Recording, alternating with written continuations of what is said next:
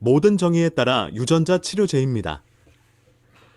브라이들에 따르면 지난주 캐나다 보건부가 정보 공개 요청을 통해 공개한 문서에 따르면 플라스미드 DNA는 mRNA 백신의 성분으로 명시되어 있지 않다. 이 주사의 플라스미드 DNA를 받은 사람은 한 번도 정보에 입각한 동의를 한 적이 없습니다. 라고 그는 말했다. 제조 공정을 아는 우리는 플라스미드 DNA가 존재하지 않을 것이라는 확신을 받았다. 브라이들은 이 점을 규제 당국이 쉽게 알아차렸어야 한다고 말했다. 그는 전임상 메신저, 르나 기반 백신 개발을 담당하는 석사과정 학생의 자문위원회에서 활동한 경험을 설명했습니다. 한 명의 신참 과학자가 이 박테리아 DNA 오염 물질을 아무런 문제 없이 제거했다고 그는 말했다. 브라이들은 화이자와 모더나 같은 회사들이 모든 자금과 전문 과학자들을 동원해 백신의 플라스미드 DNA를 남겨두는 데는 변명의 여지가 없다고 말했다. 이걸 없애지 않은 게 정말 심각해. 로즈는 코비드-19 변형 mRNA 주사에 DNA가 있다는 증거가 있으므로 핵 위치 서열을 통한 통합 가능성이 있기 때문에 이 제품들은 모든 정의에 따라 유전자 치료제로 인정된다. 고 말했습니다. 비록 이것이 의도된 설계가 아니더라도 지금 우리가 직면한 결과입니다. 라고 그녀는 덧붙였다. 암 가능성이 명확하며 지난 3년간 바이러스 보고율 증가와 주사 접종 횟수 감소를 고려할 때 코비드 주사 상황에서 암신고 증가와 DNA 오염 간의 가능한 관계를 반드시 조사해야 한다. 주사된 사람들은 줄기세포와 기타 세포에서 오염 성분이 있는지 검사해야 합니다. 이 플라스미드의 DNA가 분해되었든 온전하든 세포 핵에 들어가면 무슨 일이 일어날까요? 린지가 물었다. DNA 돌연변이가 생길 수 있고 그것은 치환이나 결실을 통해 일어날 수 있습니다. 유전자 치료는 유전자 풀을 오염시켜 아이들에게 전달될 수 있습니다. 린지는 코비드-19 백신에 대한 추가적인 우려가 유전자 치료가 자손에게 전달되어 유전자 풀의 오염을 일으킬 수 있다며 정자 매개 유전자 전달이나 실제 유전체 통합 등 다양한 메커니즘이 있을 수 있다고 언급했습니다. 린지는 mRNA 자체가 DNA로 역전사되고 게놈에 통합되어 암을 유발할 수 있다고 린지는 말했다. 특히 난소, 고안에서. 린지는 제가 매우 걱정하는 것은 이 유전자 치료제가 우리 후손에게 전달되어 유전자 풀을 오염시킬 수 있다는 점입니다. 라고 린지는 말했습니다. 이건 전혀 조사 중이 아니에요. 그리고 여러 연구소에 연락해 이 문제를 조사해 줄 수 있는지 문의했습니다. 백신이 생식기 내에 축적되어 생식력 흡수가 즉시 저하되고 사산으로 이어질 수 있다고 박디는 말했다. 박디는 태반 손상이 포장된 유전자가 태아 순환에 들어갈 수 있도록 할 수 있음을 설명했다. 실제로 제대열 내 줄기세포가 백신 접종 후 감소하고 손상된다는 사실이 알려져 있다고 그는 말했다. 박디는 이 결과를 세포 분열과 분화를 조절하는 정교하게 조율된 네트워크의 끝없는 교란으로 설명했으며 이는 암, 발달 결함, 특성 변화로 이어질 수 있다고 설명했다. 플라스미드 DNA는 만성염증을 유발할 수 있으며 이는 암의 핵심 원인입니다. 패널리스트들은 이러한 치료법의 위험 중 하나가 암 위험이라고 말했습니다. 브라이들은 플라스미드 DNA는 매우 오래 지속될 수 있다고 말했으며 장기간 존재하면 면역체계 세포가 활성화되어 만성염증을 생성하거나 촉진한다. 암의 핵심 원인입니다. 맥커너는 우리는 항상 암을 유발하고 있다. 돌연변이 유발이 면역체계를 앞지를 때야 비로소 그것을 느끼기 시작하지. DNA 수량을 늘리는 것만으로는 효과가 없을 수 있지만 코비드-19 백신에서 관찰되는 만성적인 면역체계 교란은 매우 강력한 조합이 될 수 있다고 말했다. 맥커너는 또한 매사추세츠 사망 기록에서 파생된 데이터를 언급하며 암의 꾸준한 증가를 보여준다. 그는 이것은 백신 접종 후 암 발생률이 증가했다는 명확한 신호라고 말했으며 이것은 정말 매우 강력한 데이터로 앞으로 진행하는 어떤 사례에서도 최우선에 있어야 한다고 생각합니다. 라고 덧붙였습니다. LMP즈는 독성이 있고 암을 유발합니다. 플로스는 mRNA 코비드-19 백신에 포함된 스파이크 단백질이 더 긴 효과를 내기 위해 변형되어 더 많은 스파이크 단백질을 생성한다고 말했습니다. 그 결과 반감기가 10분에서 몇 시간, 며칠, 심지어 몇 주로 늘어났습니다. 이것은 또한 수많은 자가 면역 질환의 유발 요인이기도 하다. 고 그는 말했다.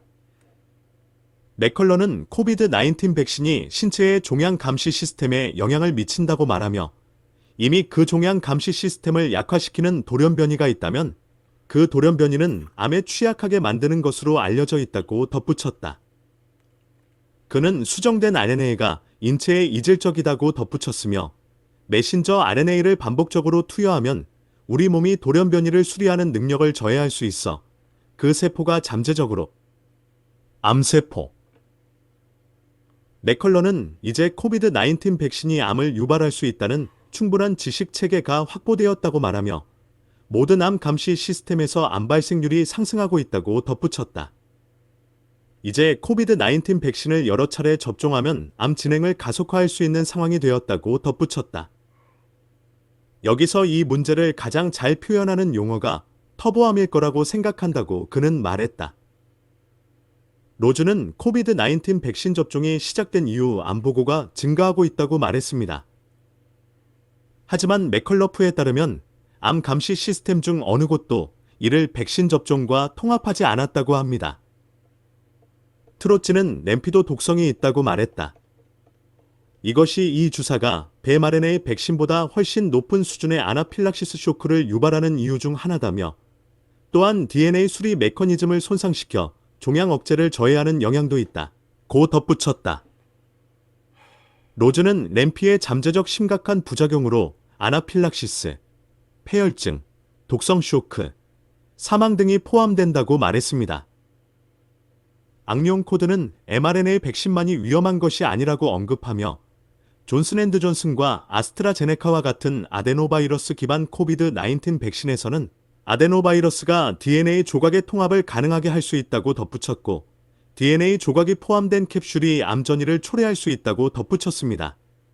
지금 기부한 스파이크 단백질은 혈전, 뇌졸중, 급사를 유발합니다. 박대는 면역 체계가 외부 세포를 인식하고 제거하는 데 능숙하며 이것이 장기 이식이 인체에서 거부되는 과정임을 지적했다. 그는 부스터 주사 이후 발생하는 부작용의 강도가 점점 더 심해지는 원리도 같은 원리라고 말했다. 수많은 면역 공격 사건이 몸 전체에서 발생할 것이라고 그는 말했다. 이것은 외계 단백질 생산이 끝날 때만 멈출 수 있다. 그는 백신 제조사들이 스파이크 단백질이 며칠 내에 체외를 떠난다고 말했지만 충격적인 결과에 따르면 스파이크 단백질은 실제로 몇 주 또는 몇 달 동안 지속될 수 있다고 했다. 이 주장에 따라 주사 후 몇 주, 심지어 몇 달 동안 스파이크 단백질과 다장기 염증이 검출되었다고 그는 말했다. 이는 심각하고 종종 치명적인 질병과 연관되어 있었다. 맥컬런은 스파이크 단백질이 심혈관 질환과 심장염증을 유발하는 것으로 밝혀졌다고 말했습니다. 그리고 뇌졸중을 일으키는 동맥경화성 심혈관 질환을 가속화한다. 또한 길랭바레 증후군, 소섬유 신경병증, 청력 및 시력 손실을 유발할 수 있다고 덧붙였습니다. 맥컬러에 따르면 스파이크 단백질은 혈전에서도 발견되며 우리가 이전에 본 적 없는 혈전으로 항응고에 저항하며 백신 유발 혈소 판감 소증과 다기관 염증성 질환 같은 면역 이상을 일으킨다고 덧붙였습니다. 박디는 비세포 단백질의 지속적인 생성은 장기적인 염증과 장기 손상을 유발할 것이라고 말했다. 함선벽이 손상될 거야. 출혈과 혈전 형성은 불가피합니다. 산소 부족으로 조직이 죽을 거야. 심장은 죽은 세포를 대체할 수 없는 한 장기입니다. 전 세계에서 일어나고 있는 신비로운 갑작스러운 심장사 사건을 들어본 적이 있을까요? 그들은 빙산의 일각에 불과하다고 덧붙였다. 뇌는 죽은 세포를 대체할 수 없는 두 번째 기관이라고 바크디는 말했다. 백신 피해가 발생하는 위치에 따라 신경학적 및 정신과적 질환도 비슷한 방식으로 발생할 수 있습니다. 이것은 지금까지 고안되거나 투여될 수 있는 가장 질병을 촉진하는 주사일 것이다. 라고 맥컬런은 말했다. 그럼에도 불구하고 전 세계 인구의 3분의 2가 이 치료법을 시행하고 있습니다. 지금 우리가 앉아있는 현실은 정말 충격적이다. 라고 덧붙였다. 규제 당국이 DNA 플라스미드 오염 증거를 무시하다. 악령 코드는 mRNA 백신이 2년 넘게 시행되었음에도 코비드 백신의 RNA가 유전적 독성이나 발암성을 보여주지 않았다는 사실을 설명할 수 있는 연구는 없었다고 언급했습니다. CDC, 질병통제예방센터는 정보가 없다고 인정했다고 덧붙였다. 맥컬런은 모든 암 감시 시스템이 백신 접종 시스템과 통합되어 역학 연구를 수행하도록 장려해야 한다며 국립암연구소와 국립암학회에 서한을 보냈지만 막혔고 있다고 말했다. 애쉬비 코펜스는 전 세계적으로 새로 가동되는 많은 제조 시설에 대해 경고하며 이 mRNA 기술을 이용해 연간 최소 1억 건의 백신을 만들 수 있는 능력을 자랑한다고 말했다. 이것이 우리가 멈춰야 하는 이유이자 오늘 우리가 모두 이 자리에 모인 이유입니다. 그녀가 말했다. 애쉬비 코펜스는 호주에서 화이자와 모더나에 대한 금지 명령에 대해 자세히 설명했으며 이들의 코비드-19 백신이 유전자, 변형 생물의 정의를 충족한다고 주장했다. 린지는 We the People 50 Recall the Shots 이니셔티브를 언급했는데 이 이니셔티브는 오염을 강조하여 미국과 다른 국가에서 mRNA 백신을 철회하도록 하고 있습니다. 트로치는 누군가가 이기는 유일한 방법은 우리가 이 상황을 뒤집는 것이다. 이것이 인류의 미래이다. 라고 트로치는 말했다. 박디는 디펜더즈의 세계보건협의회가 거짓말을 폭로하고 진실을 퍼뜨리고 있다며 이러한 이니셔티브를 통해 국제과학 네트워킹이 강화되고 가해자들을 법의 심판대에 세우기 위한 공동 노력이 이루어질 것이라고 말했다. 마이클 네브라다키스 박사. 마이클 네브라다키스 박사는 그리스 아테네에 거주하며 더 디펜더의 수석 기자이자 캐치디의 더 디펜더 인데프스 진행자입니다.